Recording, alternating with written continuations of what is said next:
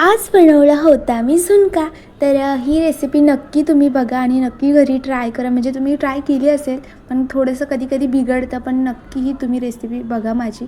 तर इथे आहे ना मी तेल टाकलं आहे, त्याच्यात मोहरी टाकलेली आहे, लसूण, कढीपत्ता, मिरची, कांदा, टोमॅटो मस्तपैकी फ्राय करून घेतलेला आहे।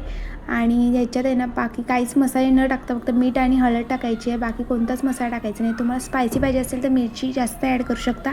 आणि टिप्स म्हणजे ह्याच्यात तुम्ही एक ग्लास भरून मस्त पाणी ओतून घ्या, त्याच्यानंतर जो आपण हा बेसनचा बॅटर केलेला होता तो टाकून घेऊया। आणि हा जेव्हा बॅटर टाकतो ना तेव्हा हात आपला कंटिन्यू चालू ठेवायचा, म्हणजे मिक्स करत राहायचं, नाहीतर ह्याच्या गुळ्या तयार होतात। बघा माझ्या ह्याच्यात बिलकुल गुळ्या तयार झालेल्या नाहीत आणि एवढा छान झालेला ना झुणका, काय विचारायची सोय नाही आहे। तर नक्की तुम्ही हा ट्राय करा घरी। आणि ह्याच्यात तुम्ही आहे ना नक्की कोथिंबीर टाकायला विसरू नका आणि भरभरून कोथिंबीर टाका आणि मस्तपैकी गरम गरम खायला घ्या। तर ही जेव्हा मी रेसिपी बनवलेली ना तेव्हा माझा नवरा एकच बोलत होता की तू जर आहे ना जास्त बनवायला पाहिजे होतंस। तर मी नेक्स्ट टाईम नक्कीच जास्त बनवायचा प्रयत्न करेल म्हणजे बनवेलच।